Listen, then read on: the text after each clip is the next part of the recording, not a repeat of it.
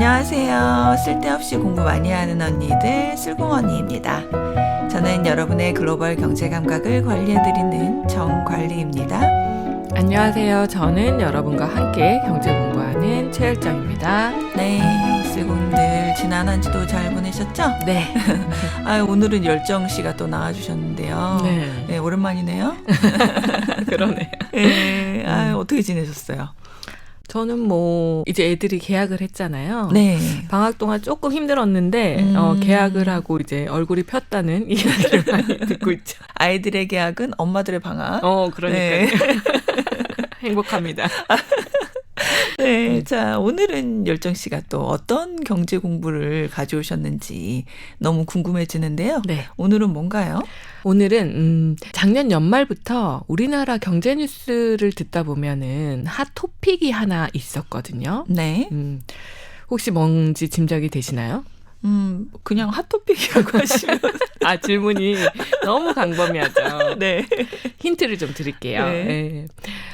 뉴스를 잘 보면 네. 이것 때문에 금리 인하도 못한다라고도 하고 네.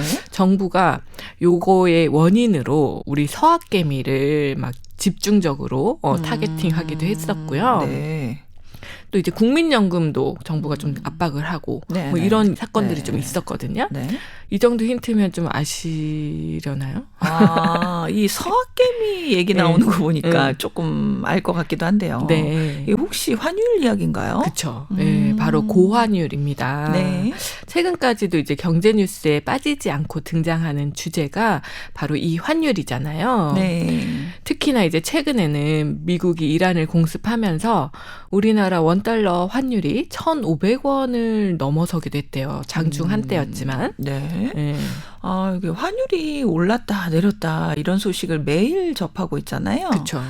근데 이제 저 같은 경우에는 아무래도 이제 쓸공님들하고 경제 공부를 하고 있는 사람이니까 네. 이런 환율의 변동을 보면서 이 정치 상황이 이럴 땐 환율이 이렇게 변하는구나.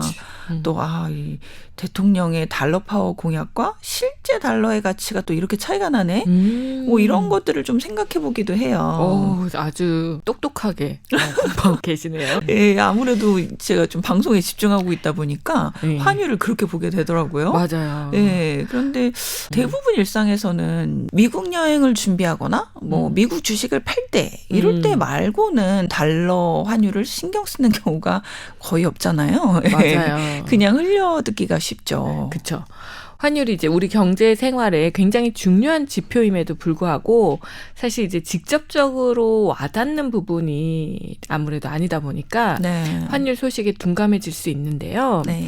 거기다가 이제 환율이 올랐다 내렸다 이런 이제 소식이 있는데 이게 나랑 무슨 상관인지 직관적으로 해석이 안 되는 경우도 가끔 있거든요. 그래서 오늘은 저희가 환율이 도대체 뭔지 그리고 환율이 오르면 내 삶이랑 어떤 상관인지 장바구니 물가와는 상관이 있는지 아니면 해외여행 갈 때나 해외 투자할 때 이게 손해인지 득인지 이런 환율과 관련해서 궁금했던 내용들을 함께 정리를 해보겠습니다. 네. 이게 제 개인적인 경험으로는 이게 경제 공부가 쌓이다 보면 언젠가 환율이 내 얘기가 되더라고요. 그렇죠. 예, 그러니까 그 순간이 이제 어느 쌓이면 그 순간이 오는데 그만큼 환율이 경제를 이해하는데 굉장히 중요한 역할을 하거든요. 맞아요. 그래서 이번 에피소드 우리 쓸고님들 잘 들어보시길 바랄게요. 네, 예. 저도 저도 많이 쌓였나 봐요. 그동안 3년 이 쓸공 언니를 하면서. 그렇죠. 초반에는 저도 진짜 환율에 대해서 남의 이야기라고 생각을 했는데 네. 요즘은 진짜 환율 기사에 유독 눈이 가더라고요. 민감해져요. 맞아요. 네. 그러면 우리 쓸공님들도 환율에 대해서 좀 더 많이 알고 좀 더 민감해지시길 바라면서 가장 기본적인 것부터 우리가 시작을 해볼게요. 네. 환율을 이야기하기 전에 먼저 외환이 뭔지부터 짚고 가야 할 것 같은데요. 네. 이 외환은 영어로 foreign exchange, 줄여서 FX라고도 하는데 말 그대로 외국 돈, 또는 외국 돈으로 표시된 거래 수단을 통틀어서 이 외환이라고 해요. 네. 우리가 일상에서 접하는 달러, 엔화, 유로화 이런 것들이 다 외환이죠. 이 외환이라고 하면 굉장히 어렵게 들리잖아요. 그렇죠. 저 초등학교 때나 중학교 때까지만 해도 외환은행은 일반인이 못 가는 줄 알았어요. 가면 안 돼. 왠지 무서워 외환. 그리고 하나 더 있어. 기업은행. 기업은행. 그죠? 난 기업이 아니니까. 이렇게 어렵게 들리는데 네. 그냥 외국 돈 이러니까 쉽게 와닿네요. 그렇죠. 그죠? 외국 돈 은행 이렇게 하지. 이 우리나라 말에 이 한자어가 많잖아요. 네. 그러다 보니까 뭐 문해력 이슈도 생기고 네. 더 쉬운 것도 어렵게 들리는 그런 이상한 게 좀 생기는데 그 심심한 사과에 네. 대한 이슈도 있었잖아요. 그거를 막 boring이라고 해석하는. 그죠? 아무튼 환율 이야기로 좀 돌아와서요. 네. 외환은 외국 돈이다라고 설명을 드렸고 네. 그리고 환율은 네. 두 나라 돈, 그러니까 네. 두 외환을 교환할 때 적용되는 비율이에요. 다시 말해서 통화를 사고 파는 가격을 의미하는데요. 우리가 해외여행을 가려면 이 외국 돈을 사야 되잖아요. 그쵸. 달러를 사야 하는데 그렇죠. 내가 가지고 있는 원화를 주고 달러로 바꾸는 거죠. 네. 이때 1달러를 얻으려면 원화를 얼마나 내야 하는가? 요게 바로 환율인 겁니다. 네. 예를 들어서 지금 환율이 1,400원이라고 하면 네. 1달러를 사면서 1,400원을 내야 한다는 거죠. 네. 그런데 이 환율을 표시하는 방법이 나라마다 다르지 않나요? 제 경우에는 유럽 신문을 읽으면 예, 또 이렇게 표기가 다르더라고요. 영국 주권지 읽으시니까 예. 그거 볼 때 약간 헷갈리실 수도 있을 것 같아요. 예, 처음에 굉장히 헷갈렸어요. 그렇죠. 그래가지고 처음에 외환기사 영국 걸로 읽을 때 일단 잤잖아요.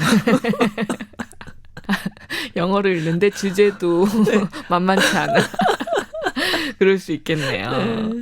그래서 나라마다 이 환율을 표시하는 방법에 차이가 좀 있는데요. 네. 크게 이제 두 가지 방식이 있어요. 네.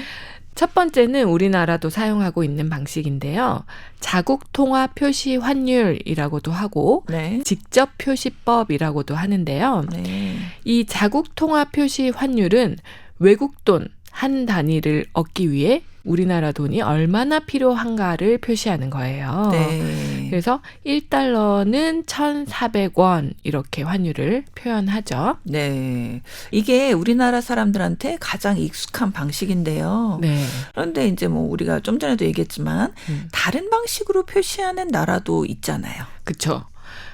영국이나 유로존은 환율을 우리나라와는 반대로 표시하거든요. 네. 이게 바로 외국 통화 표시 환율, 간접 표시법을 사용하는 건데요. 네. 이 방법은 자국 돈 한 단위로 외국 돈을 얼마나 살 수 있는가로 표시하는 방법이에요. 다시 말해서 자국 돈 한 단위의 가치가 외국 돈으로 이만큼 된다라는 걸 좀 강조하는 방법이죠. 네. 그래서 영국의 경우에 1파운드는 1.27달러 이런 식으로 표현을 해요.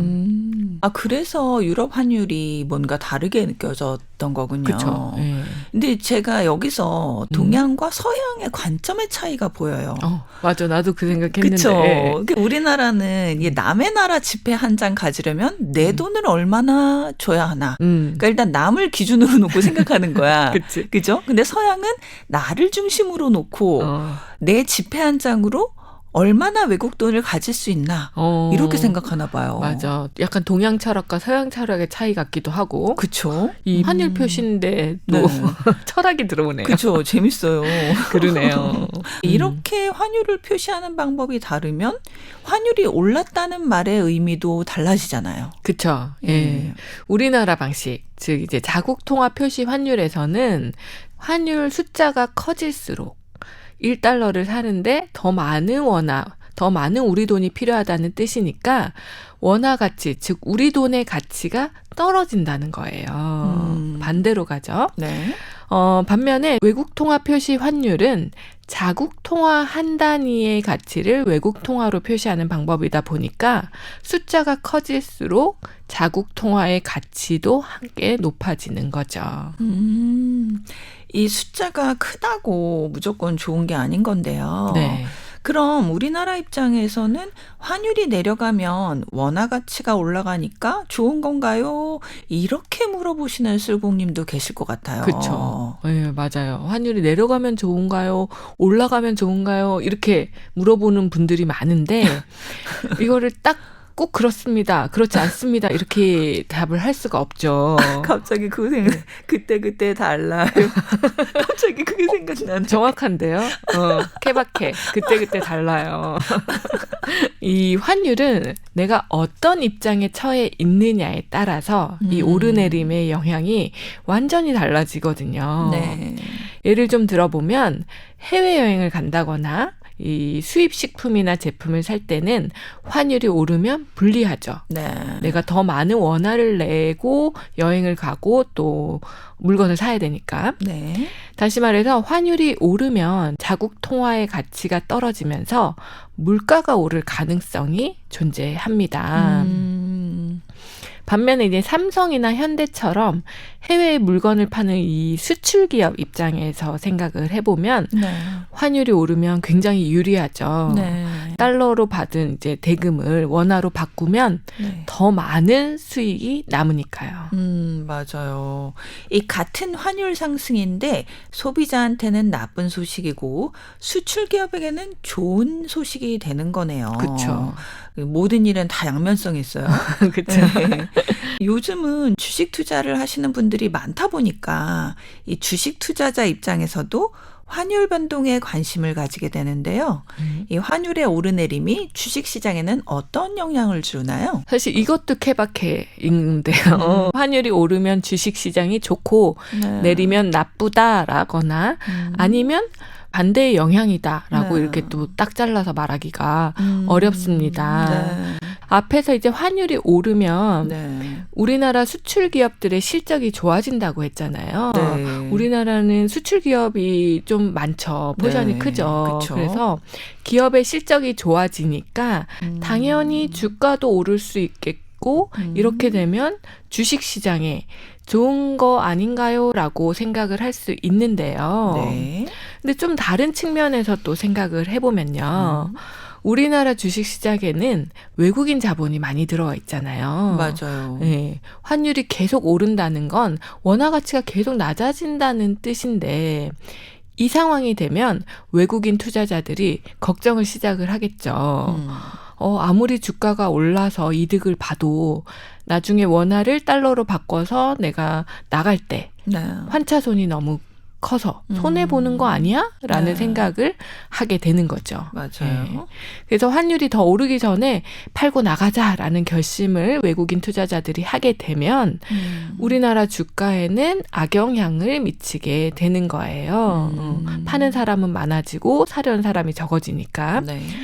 반대로 환율이 떨어져서 원화 가치가 올라갈 때는 외국인들이 환차익을 노리고 투자를 늘리기도 하니까 또 이럴 때는 환율 하락이 주식시장 호재로 작용하기도 하고요. 네. 이 환율 변동이 시장에 어떤 영향이 있는지 다각도로 분석을 해야 한다는 이야기인데요. 그렇죠.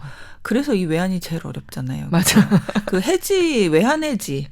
예, 그 상품이 제일 어려워. 진짜. 맞아. 예.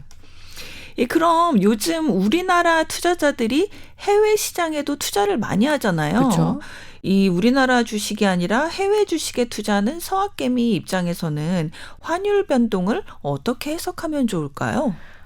서학개미는 이 달러 자산을 보유한 상태라고 볼 수 있죠.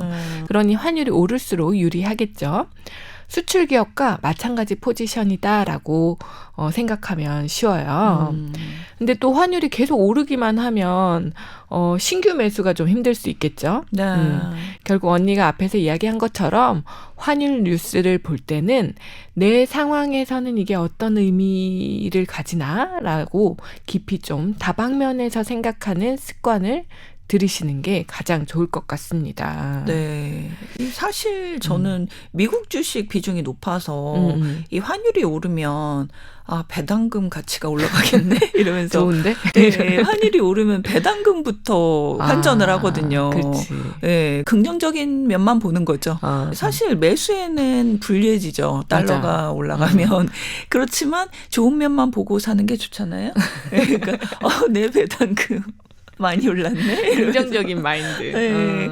그래서 항상 어쨌든 뭐 달러 통장에 조금은 돈이 있으니까 뭐 다만 얼마라도 좀 이익이 나게 하려고 그러니까. 환전을 하죠. 예. 이게 바로 그래서 자산 배분을 이렇게 해놓는 게 좋다라는 게 네. 내가 원화 자산만 가지고 있다면은 네. 환율이 오르면 얼마나 속만 상하겠어요. 그렇죠. 달러 자산을 가지고 계시니까 네. 긍정적인 면을 볼 수 있는 거잖아요. 그러네요.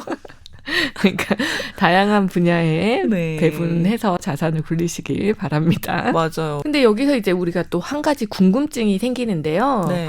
세상에 이제 외국 돈이 달러만 있는 것도 아닌데 네. 우리가 환율 하면 항상 달러 환율부터 이야기하잖아요. 네. 왜 이러는 걸까요?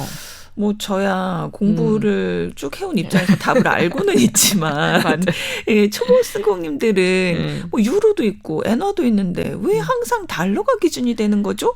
이렇게 당연히 물으실 수 있거든요. 맞아요. 예. 저희와 이제 오래 같이 공부하신 스공님들은 언니처럼 이제 답을 알고 계실 것 같기도 해요. 네. 그래도 환율 입장에서 제가 네. 다시 한 번 더 설명을 드리면요. 네. 여기서 이제 기축통화라는 개념이 등장을 하는데요. 네.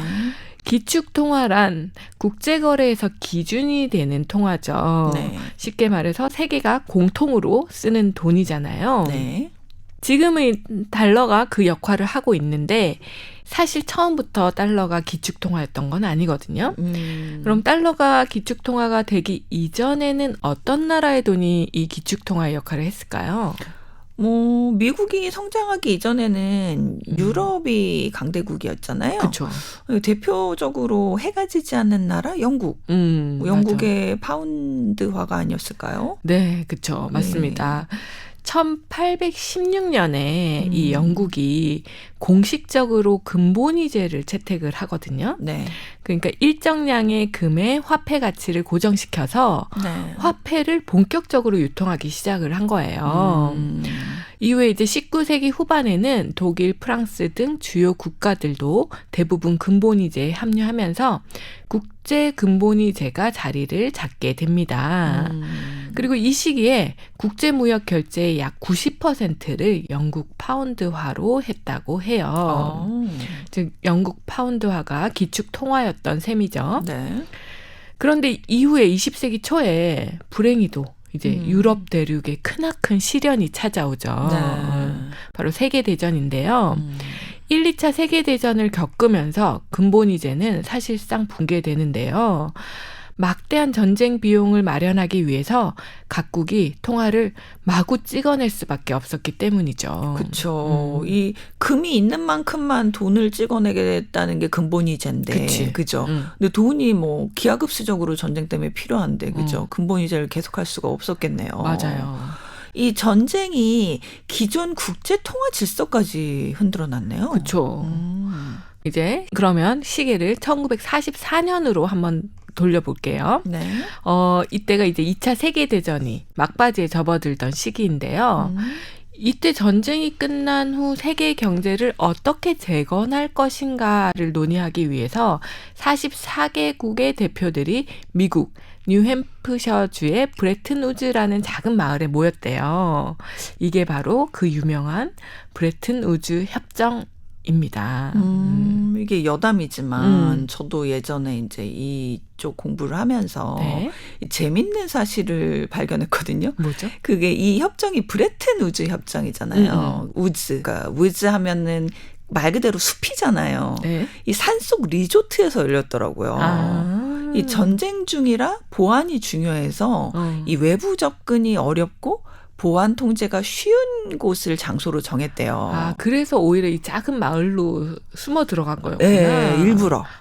네. 뉴욕이나 뭐 워싱턴 이런 데서 큰 데서 하면 보안 이슈가 있을 수 있으니까. 그렇죠. 그래서 이제 외부 방해 없이 이 각국의 대표들을 어떻게 보면 산 속에 이렇게 모아놓고 고립시킨 거지. 우리 그 왜 신입생 오리엔테이션이나 신입사원 수련회 같은 거 할 때 산에다 몰아넣고 정신교육 시키잖아요. 핸드폰 뺏고. 네. 그러네요. 네, 그래서 이제 미국이 주도권을 잡기 위해서 이 숲속에서 협정을 했대요. 아, 재밌더라고요. 왜 작은 마을에서 굳이 했을까라는 그쵸. 생각은 해보긴 했는데 이유를 오늘 알았네요. 네, 그 사람들이 잘못 알고 있는 경우도 있대요. 브레튼우즈의 작은 통나무 오두막에서 했다고. 그건 아니야. 또 그 대형 리조트더라고요. 그래. 44개국의 대표들이 모였는데 작은 통나무는 좀 심했다. 그렇죠. 네. 본론으로 돌아와서요. 네. 그리고 이제 여기서 핵심적인 결정이 내려지는데요. 이때 이제 전쟁으로 대부분의 나라가 쑥대밭이 된 상황에서 그나마 경제력이 살아남은 나라가 바로 미국이었거든요. 당시 미국이 전 세계 금의 약 70% 이상을 보유하고 있었다고 해요. 와우. 그래서 금 1온스당 35달러로 고정을 하고 달러만 금으로 교환 가능하도록 하는 체제를 만들었어요. 그리고 다른 나라 통화는 달러를 통해서만 금태환이 가능한 구조가 된 거죠. 이게 바로 이제 금본위제에서 금환본위제, 즉 달러 본위제로 넘어가는 그런 전환점이었다고 해요. 그 유명한 케인즈 교수님 있잖아요. 네네. 그 교수님이 이 회의에 있었대요. 맞아. 근데 이제 이렇게 하면 안 된다라고 했는데 그게 그 의견이 통과되지 못했고 결국은 이제 금본위제 미국을 중심으로 한 금본위제가 됐죠. 그치. 네. 저도 그 이야기를 봤는데 케인즈 교수님은 달러가 이렇게 되면 2026년에는 지금과 같은 상황이 일어날 수도 있다라고 예견하지 않았을까? 안 났을까? 내 생각이야. 그 회의장을 나오시면서 그랬대잖아요. 이렇게 하면 안 되는데 어쩔 수 없이 할 수밖에 없겠다. 이렇게 하면서 나오셨다고. 그러니까 달러가 너무 큰 힘을 가질 것 같다라는 생각은 하셨을 것 같아요. 그죠. 이제 그 당시 협정에서 달러가 그만큼 믿을 수 있다라는 보증을 약간 강제로 받아낸 거네. 그렇죠. 그죠? 네. 그리고 이때부터 달러가 진짜 킹 오브 킹이 된 거죠. 근데 여기서 이제 반전이 한 번 더 일어나거든요. 1971년에 닉슨 대통령이 전격적으로 달러와 금의 교환을 중단하겠다고 선언을 해버려요. 이게 그 유명한 닉슨 쇼크라고 하는 거죠. 미국이 베트남 전쟁으로 막대한 돈을 쏟아붓다 보니까 금 보유량보다 또 이번에도 달러를 훨씬 많이 찍어내게 됐고 더 이상 금태환을 유지하기가 어려워진 거예요. 이 유럽이 1, 2차 세계대전을 겪으면서 기축통화로서의 신뢰를 잃어버린 것처럼 미국 역시 베트남과 전쟁을 치르면서 달러의 신뢰가 완전히 무너진 거네요. 그렇죠. 이 기축통화로서의 가치를 계속 인정받기가 어려웠을 것 같긴 해요. 그렇죠. 그런데도 놀랍게도 달러는 그 이후에도 기축통화 지위를 유지했거든요. 그런 영국 파운드와는 달리. 그 이유는 우선 전 세계 무역이 달러로 이루어지는 시스템이 이미 단단하게 구축되어 있어서 이걸 바꾸기가 다른 것으로 대체하기에 너무 큰 수고가 든다라는 생각을 하게 된 거죠. 그렇죠. 그리고 이제 또 다른 결정적인 이유가 바로 석유 거래인데요. 맞아요. 1973년에 미국과 사우디와의 협정을 시작으로 산유국들이 석유 대금을 달러로만 받겠다고 이제 합의를 했는데 이게 바로 페트로달러 시스템입니다. 석유를 사려면 달러가 있어야 하니까 전 세계 모든 나라가 달러를 보유할 수밖에 없게 된 거죠. 결국 1970년대에 금과의 관계는 끊어졌지만 그 자리를 또 석유가 채우면서 이 달러에게는 또 하나의 든든한 백이 생긴 거네요. 그렇죠. 이 사실 이런 미국과 중동과의 관계 때문에 또 지금의 이란 전쟁 같은 것도 발생한 거잖아요. 그렇죠. 네, 이 걸프전부터 시작해서 네. 지금 미국 이란 전쟁까지 예. 이 모든 게 경제와 엮여 있을 수밖에 없는 것 같아요. 맞아요. 그래서 이 닉슨 쇼크 이후 세계는 이제 1976년에 킹스턴 협정을 통해서 달러를 기축통화로 유지하되 각 나라가 자국 상황에 맞게 변동환율제나 고정환율제를 선택해서 쓰기로 합의를 했어요. 그리고 이 체제가 지금까지 이어지고 있는 거죠. 네. 지금은 국제금융결제 시스템인 스위프트도 이제 달러 중심으로 돌아가고 있고 네. 또 전 세계 외환 보유액의 약 60%가 달러로 구성되어 있을 정도로 달러의 지위는 여전히 압도적이죠. 네. 뭐 그냥 막연하게 미국이 강대국이라 달러를 쓰는가? 뭐 이렇게만 생각하셨을 수도 있겠는데 이런 역사적인 배경이 있었다는 거. 맞아요. 네, 이 시간을 통해서 알게 되겠네요. 네. 네. 사실 미국이 강대국이었기 때문에 뭐 외환 시장을 선점할 수 있었던 것 같기도 하고요. 또 기축통화를 발행하는 나라이기 때문에 지금도 강대국의 위치를 유지할 수 있는 것 같기도 해서 닭이 먼저냐 달걀이 먼저냐라는 문제일 수도 있는데 네. 저는 개인적으로는 2차 세계대전 그때 네. 딱 미국이 유일한 강대국이었기 때문에 오늘까지의 역사가 이어지지 않았나 싶습니다. 맞아요. 이 국부론에서도 보면은 그 스미스 교수님이 굉장히 미국 칭찬을 많이 하시거든. 아, 그래요? 되게 생기가 있는 나라다, 막 아. 청년의 나라다, 막 이러면서 막. 그때는 그랬지. 그치. 그쵸. 신흥국이었지, 미국이. 맞아요. 네. 자, 이제 앞에서 킹스턴 협정 이후에 각 나라가 변동환율제와 고정환율제를 선택해서 쓰기로 했다라는 설명을 드렸잖아요. 네. 그럼 이 환율이 실제로 어떻게 결정되는지를 좀 더 자세히 공부해 볼게요. 뭐 환율하면 외환 시장에서 결정되는 거 아닌가요? 뭐 일부 국가들을 제외하고는요. 그렇죠. 네. 환율은 일반적으로는 외환 시장에서 수요와 공급에 의해 결정이 되는데요. 근데 나라마다 환율 결정 방법이 조금씩 다르거든요. 네. 크게는 두 가지 대표적인 방법이 있어요. 네. 첫 번째는 우리나라가 현재 채택하고 있는 변동 환율제인데요. 네. 말씀하신 것처럼 외환 시장에서 원화와 달러의 교환 거래, 즉 달러를 사고 싶어 하는 사람과 팔고 싶어 하는 사람의 그 수요와 공급에 의해 환율이 자연스럽게 결정되는 그런 방식이고요. 뭐 외환 시장뿐만 아니라 모든 시장에서 가격이 결정되는 그 시장 경제의 메커니즘을 따르는 거죠. 그럼 변동환율제에서는 정부나 한국은행이 환율에 전혀 관여를 안 하는 건가요? 그럴 수는 없겠죠. 완전히 손 놓고 있지는 않아요. 네. 환율이 너무 급격하게 움직일 때는 당연히 외환 당국이 개입을 해서 속도를 조절하기도 하거든요. 네. 이걸 시장 안정화 조치라고 하는데요. 네. 그래서 지난 연말에도 네. 사실 우리나라도 구두 개입도 했고요. 네. 여러 가지 이제 시장 안정화 조치를 취하려고 했었죠. 네. IMF 때는 실패했지만. 네. 그래서 네. 우리나라는 기본적으로는 변동 환율제이지만 완전하게 시장에만 100% 맡기고 있지는 않다라고 보시면 됩니다. 그렇다면 두 번째 방식은 정부나 중앙은행 같은 기관에서 환율을 직접 정해주는 방식인가요? 그렇죠. 두 번째는 고정환율제인데요. 이 말 그대로 정부나 중앙은행이 환율을 특정 수준으로 고정시켜 놓는 방식이에요. 대표적인 예가 이제 홍콩 달러인데요. 홍콩은 1달러에 7.8 홍콩 달러로 수십 년째 고정을 해놓고 있거든요. 네.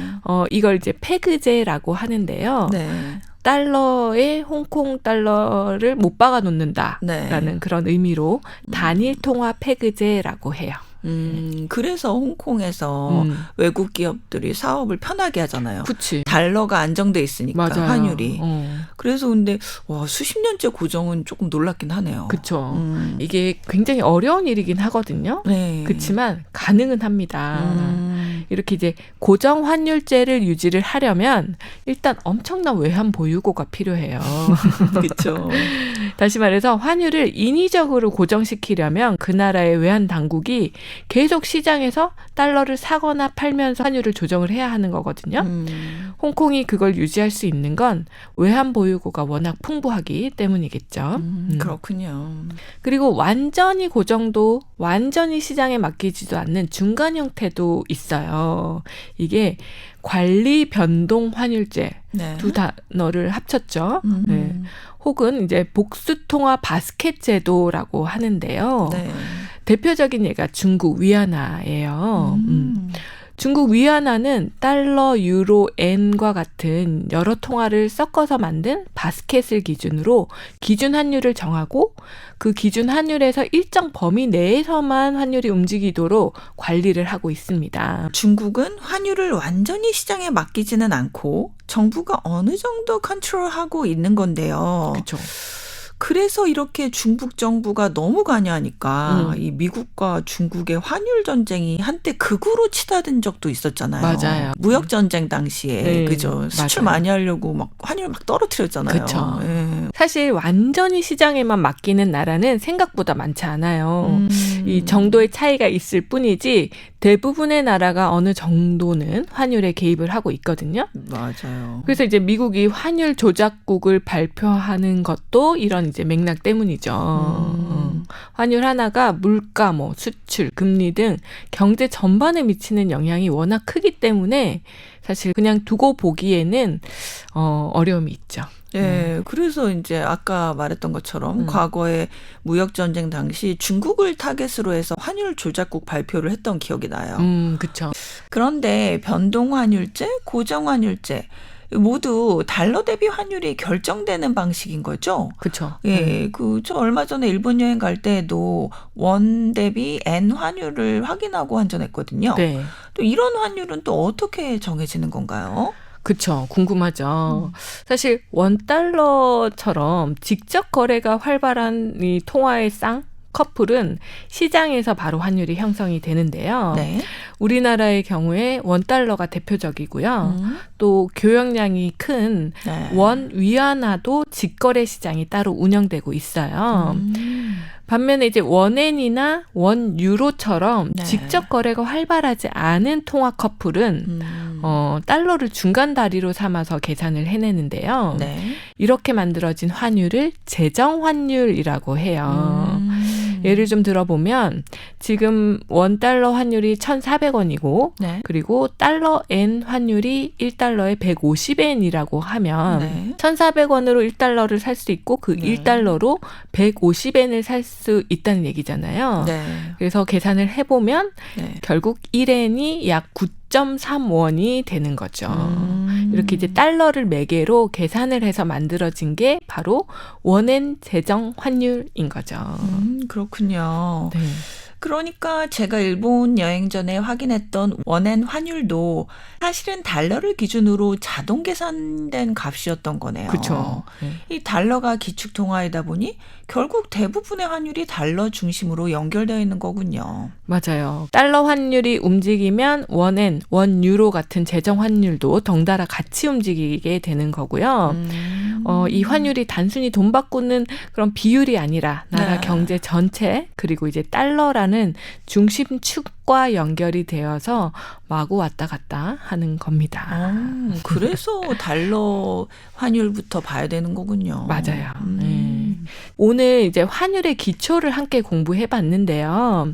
외환과 환율이 무엇인지, 환율을 어떻게 표시하고 읽는 건지, 또 왜 달러 환율이 세계의 기준인지, 그리고 환율이 어떻게 결정되는지까지 쭉 훑어봤습니다. 네. 오늘 방송 들으면서 그동안 막연하게만 알고 있던 개념들이 확실히 정리된 느낌이에요. 네.